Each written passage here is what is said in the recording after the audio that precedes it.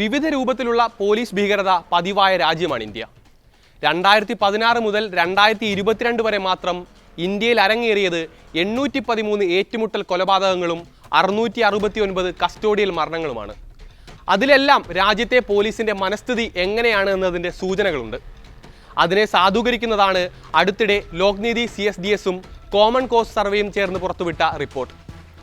Status of policing in India report 2025, police torture and unaccountability. ഈ തലക്കെട്ടിൽ പുറത്തുവന്ന പഠനം രാജ്യത്തെ പോലീസ് ഉദ്യോഗസ്ഥരിൽ ഉൾച്ചേർന്നിരിക്കുന്ന അധികാരബോധത്തിന്റെ അപകടകരമായ അവസ്ഥയാണ് പുറത്തു കൊണ്ടുവരുന്നത്. 17 സംസ്ഥാനങ്ങളിൽ നിന്നായി 8276 പോലീസ് ഉദ്യോഗസ്ഥരിൽ നിന്നുള്ള വിവരശേഖരണത്തിലൂടെയായിരുന്നു പഠനം നടത്തിയത്. പൊതുജനങ്ങളുടെ മേൽ ബലം പ്രയോഗിക്കുന്നതും ഭീഷണിപ്പെടുത്തുന്നതുമെല്ലാം നിയമനിർവഹണ ഉപകരണമായിട്ടാണ് പോലീസിലെ നല്ലൊരു വിഭാഗവും കാണുന്നത് എന്നാണ് പഠനത്തിലെ വെളിപ്പെടുത്തൽ. ലൈംഗിക പീഡനം, കുട്ടികളെ തട്ടിക്കൊണ്ടുപോകൽ പോലെയുള്ള കുറ്റകൃത്യങ്ങളിൽ പ്രതികളാകുന്നവരെ ആൾക്കൂട്ടം വകവരുത്തിയാലും പ്രശ്നമില്ലെന്ന അഭിപ്രായമുള്ളവരാണ് നല്ലൊരു വിഭാഗം പോലീസെന്നും റിപ്പോർട്ട് വ്യക്തമാക്കുന്നുണ്ട്. രാജ്യത്തെ പൗരന്മാർക്ക് നിയമം അനുശാസിക്കുന്ന എല്ലാവിധ സംരക്ഷണങ്ങളും ഒരുക്കാൻ ബാധ്യസ്ഥരായ സേനയിലാണ് ഇത്തരം ചിന്താഗതിക്കാർ പ്രബല വിഭാഗമായി നിലകൊള്ളുന്നത് എന്നത് ഭയാനകമായ വസ്തുതയാണ്. ഗോവധം നടത്തുന്നവരെ ആൾക്കൂട്ടം തല്ലിക്കൊല്ലുന്നതിനെ പിന്തുണയ്ക്കുന്നവരാണ് വടക്കൻ സംസ്ഥാനങ്ങളിലെ പോലീസുകാരിൽ അധികവും. ഗുജറാത്തിലെ 51% പോലീസുകാരും അത്തരം ചിന്താഗതിക്കാരാണ്. ഏറ്റുമുട്ടൽ കൊലപാതകത്തെ എതിർക്കുന്നവർ അധികമാണെങ്കിലും 4-ൽ ഒരാൾ വിശ്വസിക്കുന്നത് സമൂഹ നന്മയ്ക്കായി ഏറ്റുമുട്ടൽ കൊലപാതകം നല്ലതാണ് എന്നതാണ്. ഇന്ത്യയിലെ ക്രിമിനൽ നീതിന്യായ വ്യവസ്ഥ വളരെ ദുർബലവും മന്ദഗതിയിലാണെന്നും പോലീസ് ഉദ്യോഗസ്ഥരിൽ 1/3 പേരോളം വിശ്വസിക്കുന്നുണ്ട്.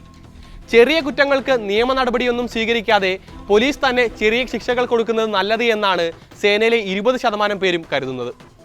പോലീസിനുള്ളിൽ നിലനിൽക്കുന്ന ഇസ്ലാമോഫോബിയുടെ തോത് എത്രമാത്രമാണെന്നും വെളിപ്പെടുത്തുന്നുണ്ട് ഈ റിപ്പോർട്ട്. ഹിന്ദു പോലീസ് ഉദ്യോഗസ്ഥർക്കിടയിലാണ് ഈ മുൻധാരണ സജീവം. ഡൽഹി, രാജസ്ഥാൻ, മഹാരാഷ്ട്ര, പശ്ചിമ ബംഗാൾ, ജാർഖണ്ഡ് എന്നീ സംസ്ഥാനങ്ങളിലും ഈ ചിന്താഗതിക്കാർ ഒരുപാടുണ്ടെന്ന് റിപ്പോർട്ട് ചൂണ്ടിക്കാട്ടുന്നു. പോലീസ് പീഡനത്തിന് വിധേയരാകുന്ന പാർശ്വവൽക്കരിക്കപ്പെട്ട സമുദായങ്ങളിൽ ഒന്നാണ് മുസ്ലിങ്ങളെന്നും റിപ്പോർട്ട് തിരിച്ചറിയുന്നു. വ്യവസ്ഥാപരമായ സുരക്ഷ ഉയർത്തിപ്പിടിക്കുന്നതിനും പോലീസ് അധികാരങ്ങൾ നിയന്ത്രിക്കുന്നതിനും രാജ്യത്തെ നിയമങ്ങൾ പര്യാപ്തമല്ല എന്നാണ് റിപ്പോർട്ടിന്റെ സാരാംശം. ഭൂരിപക്ഷം പോലീസുകാരും അവരെ സ്വതന്ത്രമായി വിടാൻ ആഗ്രഹിക്കുന്നവരാണ്. അതായത് പോലീസിനെ അക്കൗണ്ടബിൾ ആക്കുന്നതിന് അവർക്ക് താല്പര്യമില്ല എന്നർത്ഥം. അവർക്കെതിരായ വിമർശനങ്ങളെയും തെറ്റായും നിസ്സാരമായും കണ്ട് അവഗണിക്കുകയാണ് പതിവ്.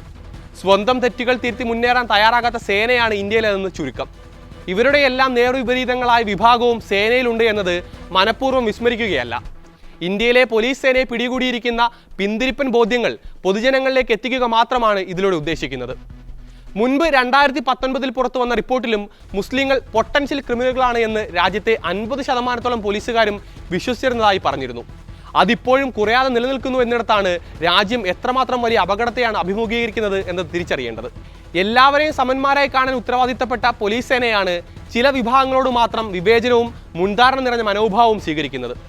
സേനയ്ക്കുള്ളിലെ പ്രശ്നങ്ങൾ പരിഹരിക്കാനും ഉത്തരവാദിത്തം മെച്ചപ്പെടുത്താനും ഭരണകൂടം മുൻകൈയെടുക്കണമെന്ന ആഹ്വാനം കൂടി ചെയ്യുന്നുണ്ട് ഈ റിപ്പോർട്ട്.